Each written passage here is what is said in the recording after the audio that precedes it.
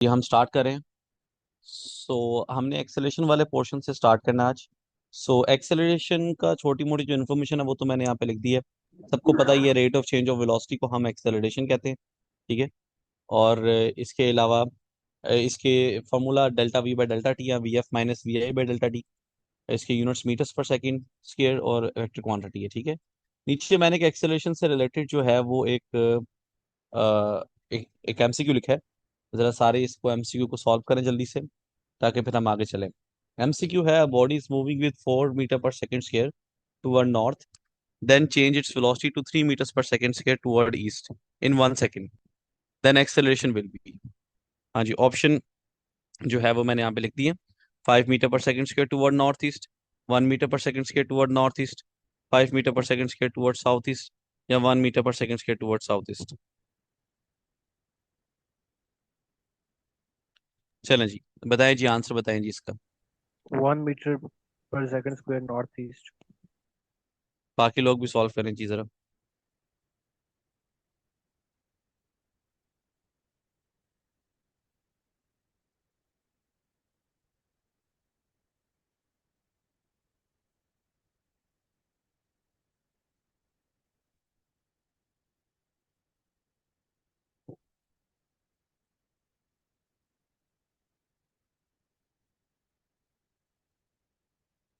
Sir option A.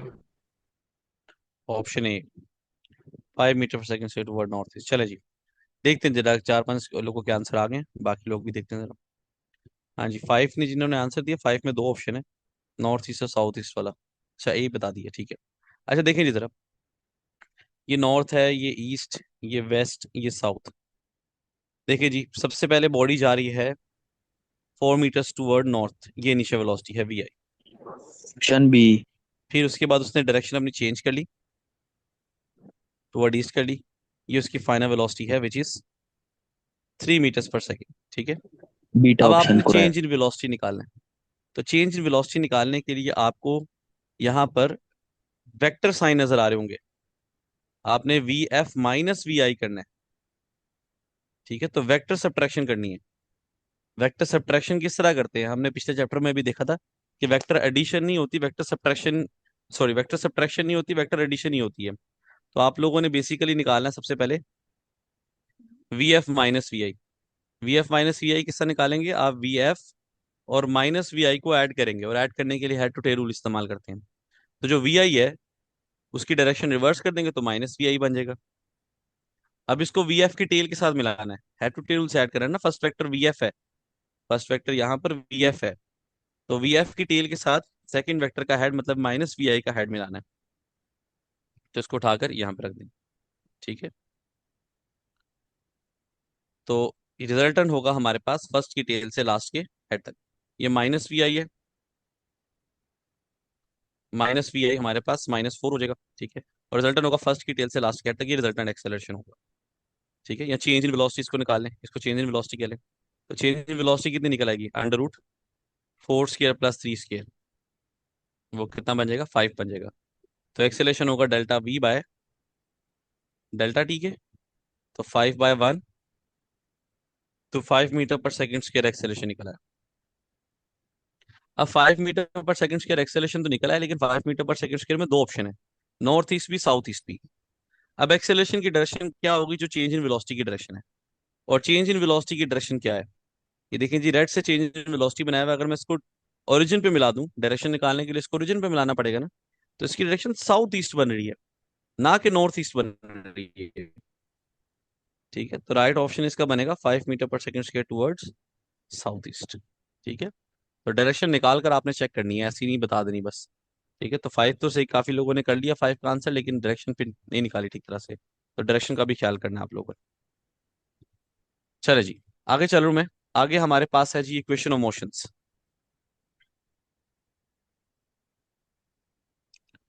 Ji, equation of motion, आप सबको पता है कि तीन बेसिक इक्वेशन ऑफ मोशन है।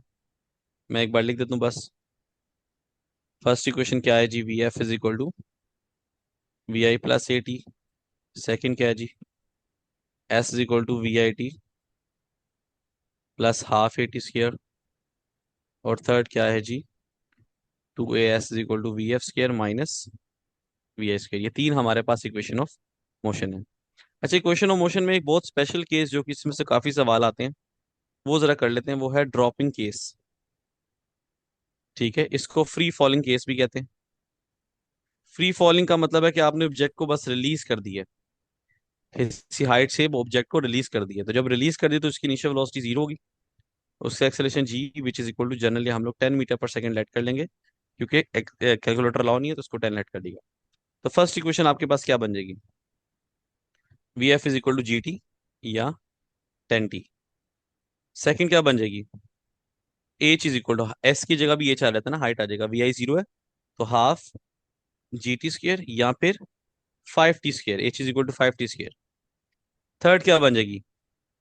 2 GH is equal to V F square, क्योंकि वी आई जीरो है, यहाँ पर इसको 20H भी कह सकते हैं। तो ये क्वेश्चन आप लोगों ने खास तौर पे देख लेनी है, ये स्पेशल केस है फ्री फॉलिंग केस के लिए। ठीक है। अच्छा जी, इससे रिलेटेड भी एक एमसीक्यू करते हैं। एमसीक्यू है दी, the ratio of distance covered by body in first, second and third second will be. पहले, दूसरे और तीसरे सेकंड में जो बॉडी डिस्टेंस कवर करेगा which is falling from the height, इसको थोड़ा सा क्वेश्चन को चेंज कर लें,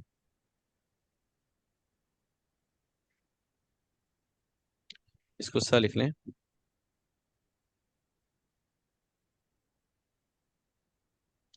a body is falling freely from height of 100 meters। ठीक है, the ratio of the distance travel by it in first, second and third second will B. Option है जी 1:3:5, 1:4:9, 1:2:3 या 1:1:1। चलें जी, जल्दी से इसको भी सॉल्व करें शाबाश, जिस तरह पहले ट्राई किया, ट्राई आपने लाजमी करना है, गलत ठीक को नहीं देखना, कोई मसला नहीं, गलत हो रहे हैं तो आस्ता आस्ता खुद ही ठीक होने लग जाएंगे। आपने ट्राई लाजमी करना है, ट्राई करें। ठीक है, सारे बच्चे ट्राई करें। डिस्टेंस की रेशियो बतानी है, पहले दूसरे तीसरे सेकंड में कितना डिस्टेंस ट्रैवल करेगा, उसकी रेशियो बतानी है जी आप लोगों ने।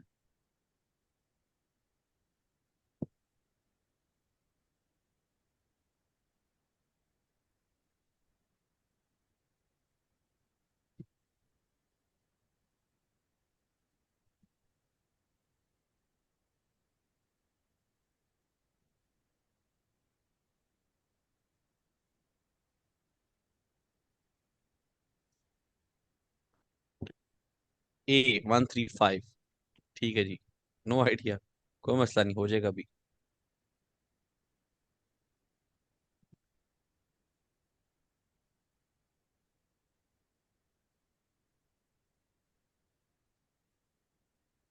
B149।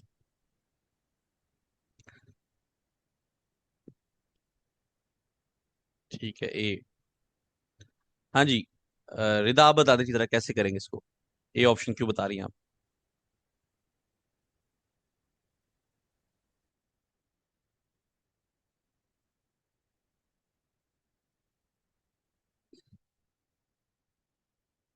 चले कोई और बता दे, रिदा का मूड नहीं है, कोई और बता दे सर जो। इसमें जी जी। फॉर्मूला लगेगा, लेकिन मैंने इसमें लगाया है एक शॉर्टकट जो मुझे मेरे सर ने बताया था, 5 2n-1।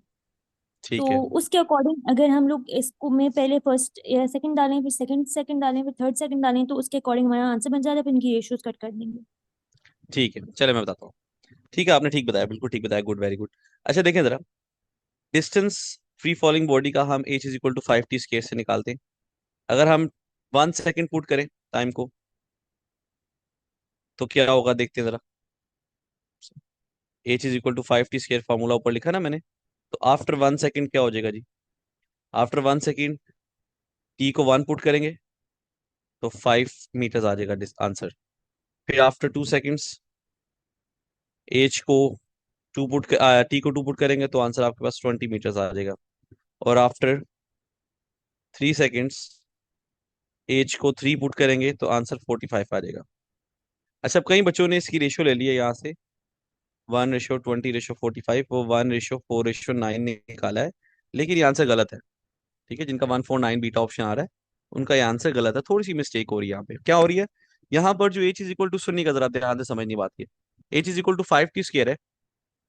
ये आपको टोटल डिस्टेंस बताता है कि पहले सेकंड के बाद टोटल डिस्टेंस उसने कितना ट्रेवल कर लिया, दूसरे सेकंड के बाद टोटल डिस्टेंस उसने कितना ट्रेवल कर लिया, थर्ड सेकंड के बाद टोटल डिस्टेंस उसने कितना ट्रेवल कर लिया, ये बता रही है। जबकि हमसे पूछा गया पहले वाले सेकंड में कितना डिस्टेंस ट्रेवल किया, दूसरे वाले सेकंड में, उस स्पेसिफिक सेकंड का डिस्टेंस पूछ रहा है। ठीक है, तो स्पेसिफिक सेकंड का डिस्टेंस किससे निकालेंगे जी? देखिए जरा, पहले सेकंड का तो इसको मैं S1 कह रहे हैं, तो पहले सेकंड का डिस्टेंस तो 5 मीटर ही होगा ना। दूसरे सेकंड का डिस्टेंस किससे निकालेंगे? दूसरे सेकंड के बाद टोटल डिस्टेंस 20 है, और दूसरे सेकंड से पहले जो डिस्टेंस था वो 5 था, तो आपके पास 15 मीटर आ जाएगा। तीसरे वाले सेकंड का डिस्टेंस किससे निकालेंगे? तीसरे सेकंड के बाद टोटल डिस्टेंस 45 था, तीसरे वाले सेकंड से पहले 20 मीटर्स वो कवर कर चुका था, तो मतलब तीसरे वाले सेकंड में उसने 15 मीटर्स ट्रेवल किया। इसकी रेशो चाहिए थी हमें जी, 5:15:25। तो आंसर बन जाएगा हमारे पास 1:3:5। ठीक है, तो ये इसका प्रॉपर मेथड है करने का। अब इसका एक और फॉर्मूला भी है जिसको हम कहते हैं डिस्टेंस इन n सेकंड, कि अगर आपने एक सर्टेन सेकंड में डिस्टेंस निकालना है, डिस्टेंस इन n सेकंड, ठीक है, क्या है वो फॉर्मूला? अगर एक खास सेकंड में डिस्टेंस निकालना है तो SN का फॉर्मूला क्या है? VI plus 1/2 A into 2n-1। ये जनरल फॉर्मूला है हमारे पास। और क्योंकि हमारे पास फ्री फॉलिंग केस है इस क्वेश्चन में, और जनरली सवाल भी फ्री फॉलिंग केस के लिए पूछे रहेंगे, तो फ्री फॉलिंग केस में इनिशियल वेलोसिटी 0 होती है और एक्सेलरेशन g होता है, which is 10 metres per second square. ठीक है, तो हमारे पास क्या बन जाएगा आपके पास अब आंसर? SN क्या बन जाएगा? VI को 0 पुट किया, A को 10 पुट किया, तो 5 × 2n-1। अब आपके पास काम बड़ा आसान हो जाएगा। अब देखिए फर्स्ट सेकंड के लिए 4, n is equal to 1 put कर देंगे फर्स्ट सेकंड के लिए, तो S1 कितना निकलेगा? 5 × 2 × 1-1, वो 5 मीटर्स बन जाएगा। n इज इक्वल टू 2 के लिए दूसरे वाले सेकंड में कितना डिस्टेंस ट्रेवल करेंगे, तो ये पुट कर देंगे, तो आपके पास 15 मीटर्स निकल आएगा। थर्ड के लिए 3 पुट करेंगे तो डायरेक्ट आंसर्स निकलेंगे। 7 सेकंड है, 8 सेकंड है, 9 सेकंड है, ठीक है, 10 सेकंड है, तो ये सारे किसी भी सेकंड का पूछ ले तो आपको जो है वो किसी भी सेकंड का डिस्टेंस निकाल लेंगे। एहतशाम कोई मसला नहीं, यहाँ पर आधी से ज्यादा बच्चों को नहीं पता होगा, वो एक आध बच्चे को ही पता था। ठीक है, ये FSC में कई जगह किसी जगह पे फॉर्मूला नहीं लिखा हुआ। ठीक है, तो ये शॉर्टकट ट्रिक्स ही आप लोगों ने सीखनी है एंटी ट्रस्ट में। इसीलिए कहते हैं एंटी ट्रस्ट की तैयारी FSC की तैयारी से अलग है, वो अलग से करनी पड़ती है। इसी तरह के ट्रिक्स एंड टेक्निक सीखने हैं। ठीक है, चले मैं आपको एक और ट्रिक बता देता हूँ। ठीक है, ये बच्चों को ये फॉर्मूला फिर किसी बच्चे को आता होगा, पहले पढ़ा होगा, जिससे एक बच्चे ने बताया कि मैंने पहले पढ़ा हुआ है, ये मेरे एक सर ने पहले बताया हुआ है। मैं आपको एक और ट्रिक बताता हूँ, वो आपको किसी ने नहीं बताई होगी, उसमें आपको सॉल्व करने की जरूरत भी नहीं है। मिसाल के तौर पे आपसे कहा गया 5th 6th और 7th सेकंड का रेशो की डिस्टेंस की रेशो बताएं। ठीक है, तो एक तो फॉर्मूला है कि आपको n को 6 पुट कर दे, एक को 7 पुट कर दे, एक को 8 पुट कर दे और रेशो निकाल लें। मैं आपको एक और आसान तरीका बताता हूँ। देखिए जी, अगर आपने 7th सेकंड की रेशो बतानी है तो 7th सेकंड में से एक कम करें, कितना निकल आएगा? 6 आ गया। 7th जिस सेकंड की रेशो बतानी है उसमें से कम करें और उसके साथ 5 लिख दें, वो आंसर बन जाएगा। सॉल्व करने की भी जरूरत नहीं है। अगर आपने 8th सेकंड का डिस्टेंस निकालना है, 8 सेकंड का डिस्टेंस निकालना है, तो 8 में से कम करें, कितना निकल आएगा? 7, और उसके साथ 5 लिखते हैं, 75 निकल आएगा। देखते हैं जी जरा, इसमें फॉर्मूला में भी निकाल कर देखते हैं। 5 × 2 × n-1 है ना, तो 8 सेकंड का निकाल कर देखते हैं जी जरा।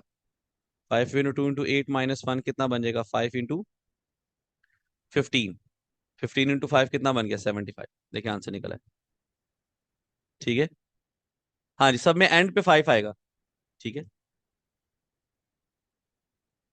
हाँ जी, हर नंबर के लिए एप्लीकेबल। अगर आपने 12 सेकंड के लिए निकालना है, लेट से 12 में से कम करे 11 आ जाएगा, और उसके साथ 5 लिख दें। सिर्फ पहले वाले सेकंड का याद कर लेना, पहले वाले का, चलिए पहले वाले का भी वही बन गया ना। फर्स्ट सेकंड का कितना बनेगा? फर्स्ट में से एक कम किया, 0 आ गया, और उसके बाद 5 लिख दी, 5 मीटर्स आ गया। सर ठीक इसका है, जरा क्वेश्चन रिपीट कर सकते हैं कि इसका कंडीशन क्या है? कंडीशन वो इस तरह पूछ सकता है कि आपके पास a bodies fall from the height of 1000 metres, the distance covered by it in 12th second will be, इस तरह करके सवाल पूछ ले अगर वो 12 सेकंड में कितना डिस्टेंस ट्रेवल करेगा। तो एक तो मैंने बता दी कि वो SN वाला फॉर्मूला लगा ले, वो नहीं लगाना तो ओरली कर ले। 12 सेकंड का पूछा है, तो 12 में से कम करें 11 और उसके साथ 5 लिख दे, 115 मीटर आंसर बनेगा।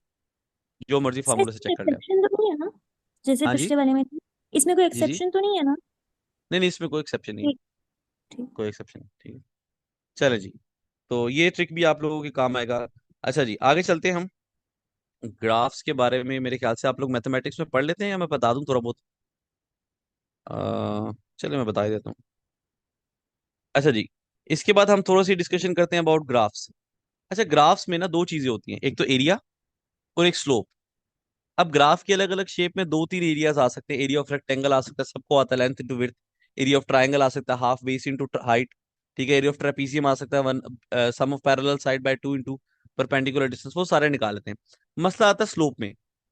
स्लोप किस तरह निकालेंगे, ग्राफ की स्लोप इंक्रीजिंग कब है, डिक्रीजिंग कब है, ये प्रॉब्लम्स आते हैं। इस चीज को ध्यान से समझिएगा जी जरा। स्लोप नॉर्मली किससे इक्वल होता है? Change in Y by change in X, या फिर टेन थीटा से भी हम लोग निकाल सकते हैं। तो मैं आपको एक ट्रिक बताता हूँ कि स्लोप का पता करना हो। अगर आपने ग्राफ को देख के आपको आइडिया हो जाएगा कि इसकी स्लोप इंक्रीजिंग है या डिक्रीजिंग है। देखें जी जरा, मैं कुछ केसेस लेता हूँ। पहला केस से पहला ग्राफ इस तरह से है। ये है ए। इसकी स्लोप के बारे में क्या ख्याल है? स्लोप ऑफ ए, इसमें देखिए वाई में चेंज ही नहीं आ रहा, तो डेल्टा वाई जीरो है, तो इसकी स्लोप जीरो होगी। जीरो का मतलब क्या होता है? मिनिमम। सिमिलरली अगर ग्राफ आपके पास इस तरह से है, वर्टिकल लाइन, इसको मैं बी कह लेता हूँ, इसकी स्लोप इन्फिनिटी होगी, क्योंकि इसमें एक्स में चेंज नहीं आ रहा, डेल्टा एक्स जीरो है। तो डेल्टा वाई बाय जीरो करेंगे तो आंसर इन्फिनिटी आ जाएगी, मैक्सिमम आ जाएगी। अच्छा, ये चीज अब आप याद कर लें कि हॉरिजॉन्टल लाइन की slope zero minimum, vertical line की स्लोप इन्फिनिटी मैक्सिमम। अब जो ग्राफ, लेट्स से अगर आपके पास एक ग्राफ इस तरह से है, ये ग्राफ है सी, इसकी स्लोप क्या होगी? इंक्रीजिंग होगी या डिक्रीजिंग होगी? अब आप लोगों ने क्या करना है, आप लोगों ने देखना है कि इसकी स्लो ये ग्राफ जो है, ये आस्ता आस्ता हॉरिजॉन्टल हो रहा है या वर्टिकल हो रहा है? तो क्या हो रहा है ये आस्ता आस्ता इस ग्राफ को? ग्राफ हॉरिजॉन्टल हो गया है, ठीक है। हॉरिजॉन्टल होने का मतलब क्या है कि ये जीरो को अप्रोच करा है, तो इसकी स्लोप क्या होगी? डिक्रीजिंग होगी। Decreasing but positive. पॉजिटिव क्यों? जब भी एरो ऊपर की तरफ लगाओ तो आपने सिंपल याद रखना है कि ग्राफ स्लोप डिक्रीजिंग है, स्लोप पॉजिटिव है। जब भी एरो ऊपर की तरफ लगा होगा स्लोप पॉजिटिव होगी। जब भी एरो नीचे की तरफ लगा होगा स्लोप नेगेटिव होगी। मैं आगे बना के भी दिखा देता हूँ। अच्छा, एक और तरीके से भी आप चेक कर सकते हैं स्लोप इंक्रीजिंग है या डिक्रीजिंग है। वो कैसे? स्लोप डायरेक्टली रिलेट करी टेन थीटा से, और टेन थीटा का और थीटा का डायरेक्ट रिलेशन होता है, तो स्लोप का और थीटा का भी डायरेक्ट रिलेशन होगा। ठीक है। अब यहां पर देखें, आपके पास ग्राफ जो है उसके बाद थोड़े थोड़े डिफरेंस पे आप लोग एक्स एक्सिस बना लें, क्योंकि एंगल एक्स एक्सिस से लेते हैं ना। अब देखिए, आपको आइडिया हो जाएगा कि थीटा डिक्रीज कर रहा है। थीटा डिक्रीज कर रहा है तो स्लोप डिक्रीज कर रही होगी। ठीक है, सिंपल सी बात है, थीटा डिक्रीज कर रहा है तो स्लोप डिक्रीज कर रही होगी। इसी तरह अगर आपके पास ग्राफ इस तरह से है डी, इसकी स्लोप के बारे में क्या ख्याल है? इसकी स्लोप देखें जी, अगर मैं थीटा बना लूं थोड़े थोड़े डिफरेंस पे इसके, एक्स एक्सिस बना लें थोड़े थोड़े डिफरेंस पे, और थीटा बनाएं। देखें थीटा इंक्रीज कर रहा है आहिस्ता आहिस्ता।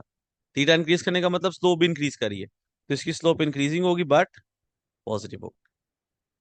ठीक है। अगर आपके पास ग्राफ इस तरह से सीधा, ना इसका एंगल इंक्रीज कर रहा है ना डिक्रीज कर रहा है, तो इसकी स्लोप क्या होगी?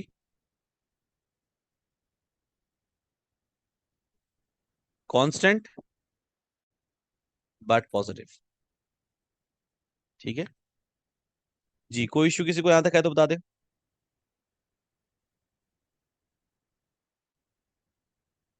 और फंक्शन के साथ एकदम हो सकता है, लेकिन वो थोड़ा सा कॉम्प्लेक्स हो जाएगा काम। आपको कॉम्प्लेक्सिटीज में जाने की जरूरत नहीं है, सिंपल सिंपल सी चीजें आपको बता रहा हूँ मैं।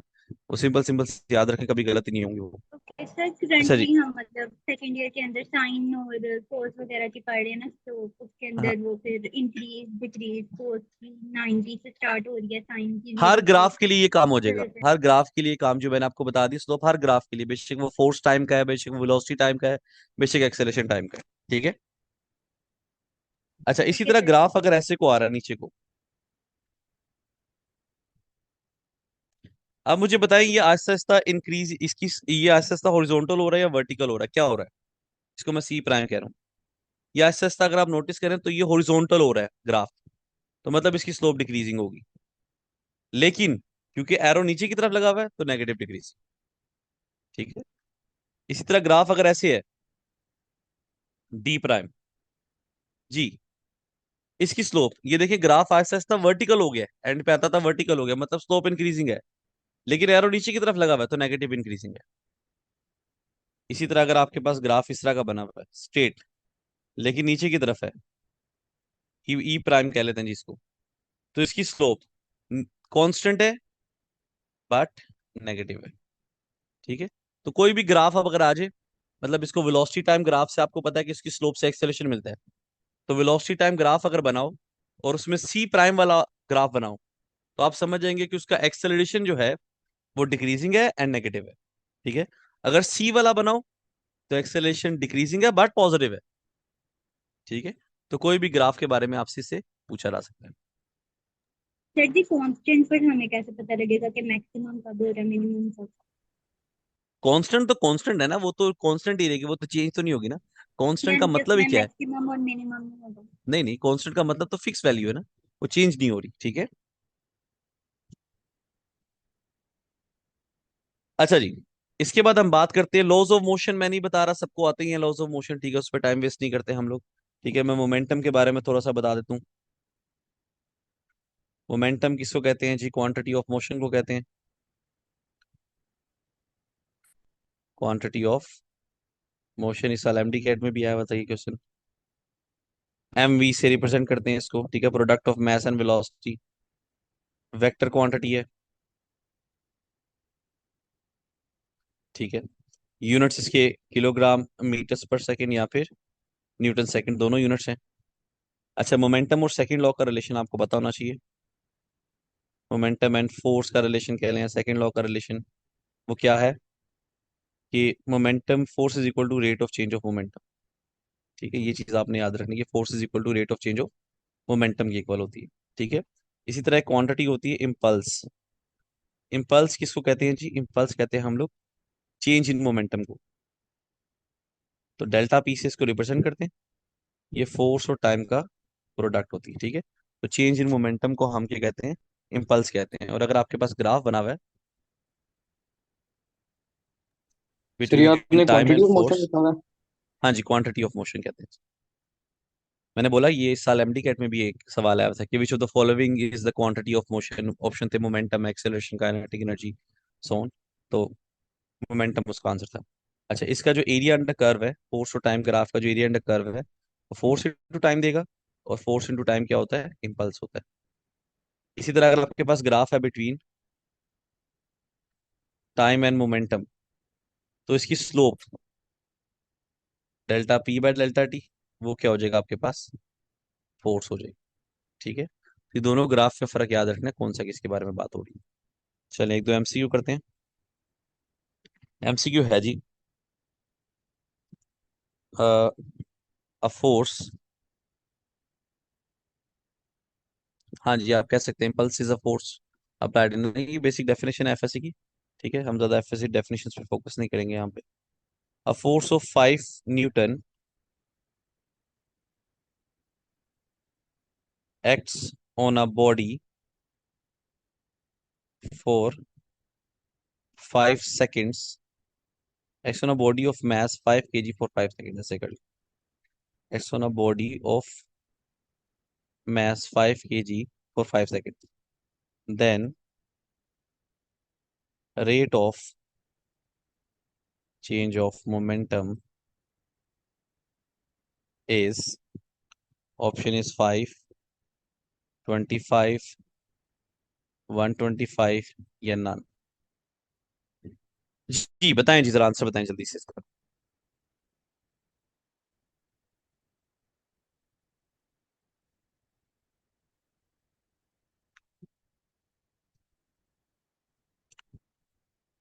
जी दो ऑप्शन आ गए जी, 25 आ गया, 5 आ गया, बाकी लोग भी ट्राई करिए।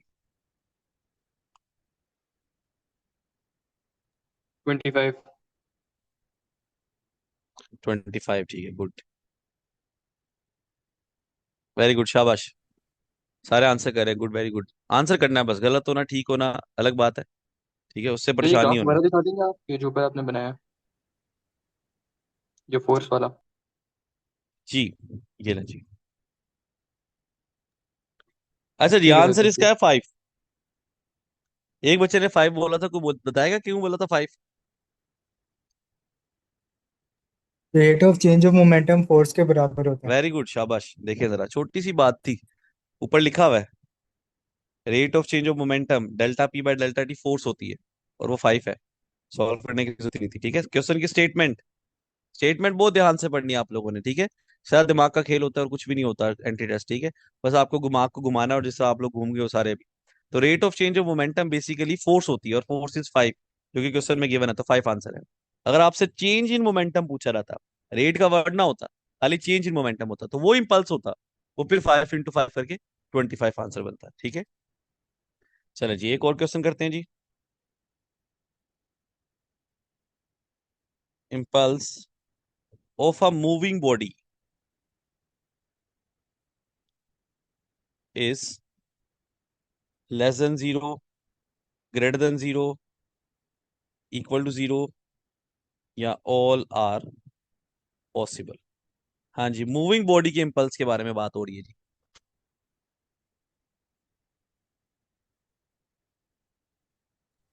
Sir zero. जीरो क्यों? जीरो क्या लग रहा है, क्यों जीरो को बोला आपने? सर क्योंकि चेंज इन मोमेंटम नहीं हो रहा, वो कांस्टेंट जा रही है। ये तो मैंने नहीं बोला कि कांस्टेंट जा रहा है, मूविंग बॉडी लिखा है मैंने, सिर्फ इतनी इन्फॉर्मेशन दी है।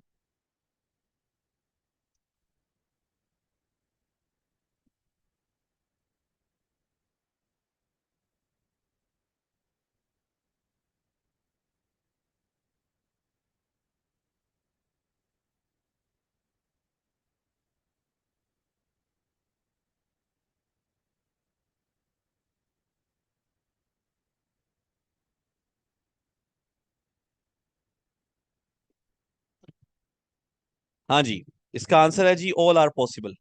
कोई एक्सप्लेन करना चाहेगा आप में से, कैसे ऑल आर पॉसिबल होगा?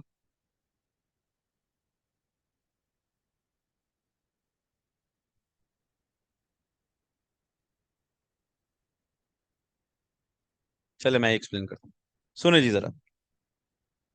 इम्पल्स होता है चेंज इन मोमेंटम। ठीक है, इसमें 3 केसेस है। केस 1 है बॉडी इज एक्सेलरेटिंग। हाँ जी, अगर एक बॉडी एक्सेलरेट कर रही है तो उसकी फाइनल वेलोसिटी ग्रेटर होगी इनिशियल वेलोसिटी से, तो उसका फाइनल मोमेंटम ग्रेटर होगा इनिशियल मोमेंटम से, तो उसका change in momentum which is equal to P F minus P I.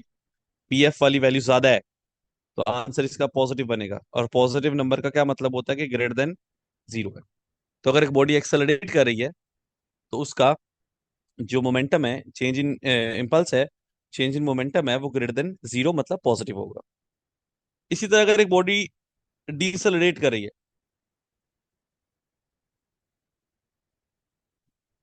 Body is डीसेलरेटिंग, तो उसकी फाइनल वेलोसिटी कम होगी इनिशियल से, तो फाइनल मोमेंटम कम होगा इनिशियल से। तो change in momentum P F minus P आई, उसमें पी एफ लेस है, पी आई ज्यादा है, तो पी आई ज्यादा होने का मतलब आंसर नेगेटिव आएगा which is less than zero. ठीक है, तो उस केस में इम्पल्स लेस देन जीरो मतलब नेगेटिव हो जाएगा। एंड थर्ड केस क्या बन सकता है कि body is moving uniformly, body इस तरह मूव कर रही है कि उसमें एक्सेलेरेशन है ही नहीं, बॉडी इज मूविंग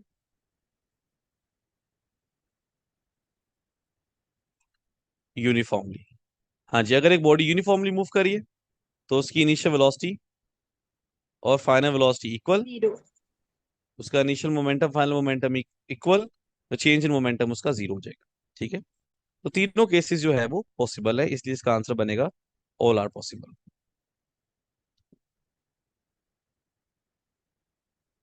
जी कोई इशू किसी को यहाँ तक है तो बताए।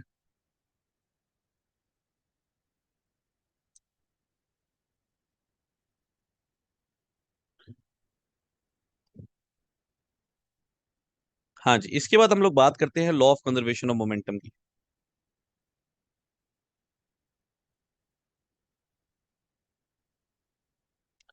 हाँ जी, ये आज का लास्ट टॉपिक होगा। आगे इलास्टिक है, इन इलास्टिक को लाइए। और जो हमारे पास प्रोजेक्टाइल मोशन है, बड़े इंपॉर्टेंट जो है वो ये टॉपिक्स है कल वाले, वो कल डिस्कस करेंगे। खासतौर पे प्रोजेक्टाइल मोशन बड़ा बहुत बड़ा मेजर टॉपिक है, तो कल हम लोग ये 2 इंपॉर्टेंट टॉपिक डिस्कस करेंगे। Law of conservation of momentum के फॉर एन आइसोलेटेड सिस्टम के लिए चेंज इन मोमेंटम कितना होगा? Zero. Change in momentum zero होने का मतलब क्या है? आइसोलेटेड सिस्टम ऐसा ऐसा सिस्टम होता है जिसपे नेट फोर्स जीरो होती है। नेट फोर्स अगर जीरो है तो delta P by delta T zero है, तो डेल्टा पी जीरो हो गया, मतलब पी एफ माइनस पी आई जीरो हो गया। तो पी आई और पी एफ दोनों क्या हो गए? इक्वल हो गए। तो किसी सिस्टम के लिए इनिशियल और फाइनल मोमेंटम इक्वल हो जाएंगे। इस चीज को समझने के लिए लेट करते हैं, हमारे पास एक body of mass m1 moving with velocity v1, एक और बॉडी है जो कि मास m2 की है मूविंग विद वेलोसिटी v2। ठीक है, अगर पीछे वाली बॉडी की वेलोसिटी ज्यादा है तो फिर इनकी क्या हो जाएगी? आपस में टक्कर हो जाएगी। कोलिजन के बाद m1 जो है वो मूव करना स्टार्ट कर देगा v1 प्राइम से, और m2 स्टार्ट कर देगा v2 प्राइम से। तो इनिशियल और फाइनल मोमेंटम इक्वल होने का मतलब है कि फर्स्ट बॉडी का initial momentum plus second body का इनिशियल मोमेंटम किस इक्वल होगा? फर्स्ट बॉडी के फाइनल मोमेंटम के प्लस सेकंड बॉडी के फाइनल मोमेंटम के। मतलब m1v1 प्लस m2v2 किस इक्वल होगा? m1v1 prime plus m2v2 prime. ठीक है, तो ये हमारे पास law of conservation of momentum निकल आएगा। ठीक है, और एक चीज याद रखनी कि momentum of the whole system will remain conserve. ठीक है, पूरे सिस्टम का मोमेंटम हमेशा कंजर्व रहेगा। एक सिंगल बॉडी का momentum can change. Momentum of whole system will remain conserve, but momentum of single body can vary. ठीक है, सिंगल बॉडी का मोमेंटम जो है वो वेरी कर सकता है। चलें जी, इससे रिलेटेड एक आध एमसीक्यू कर लेते हैं। चलें, करवाई देता हूँ मैं एक आध।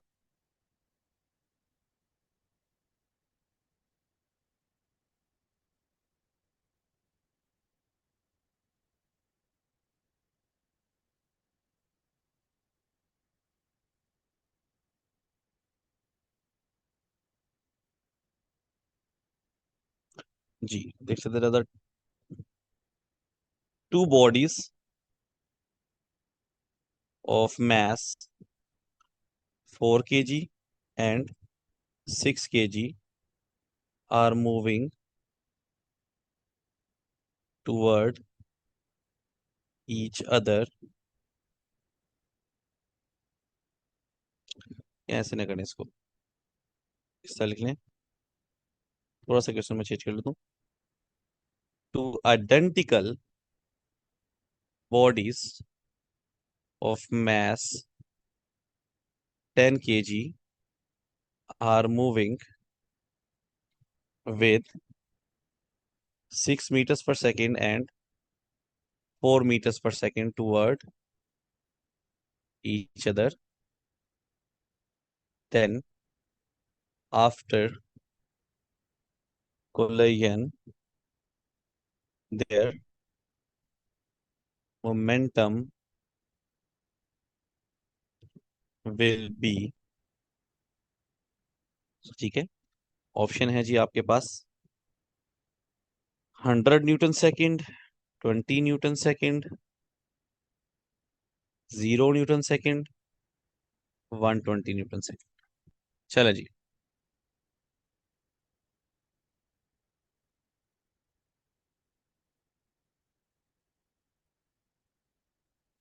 जल्दी से सॉल्व कर लें जी, 1 मिनट रह के क्लास खत्म होने में। क्लास शायद खुद ही बंद हो जाएगी फिर 1 मिनट बाद, तो उससे पहले पहले हम वाइंड अप कर लेते हैं। बाकी काम हम लोगों ने कल ही करना है।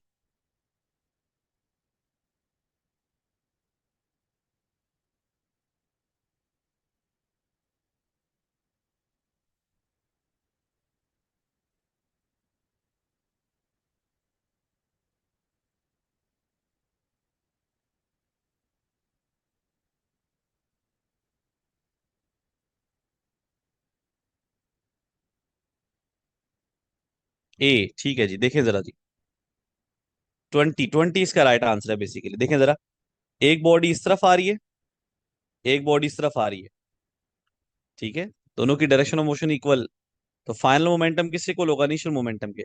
और इनिशियल मोमेंटम किससे इक्वल होगा? m1v1 plus m2v2। हाँ जी, फर्स्ट बॉडी का मास 10, उसकी स्पीड 6, सेकंड बॉडी का मास 10, उसकी वेलोसिटी -4। -4 इसलिए क्योंकि दोनों की डायरेक्शन ऑपोजिट है, टुवर्ड ईच अदर आ रहे हैं, तो 60 -40, आंसर 20 बन जाएगा। तो डायरेक्शन का भी ख्याल रखना आपने law of conservation of momentum के अंदर।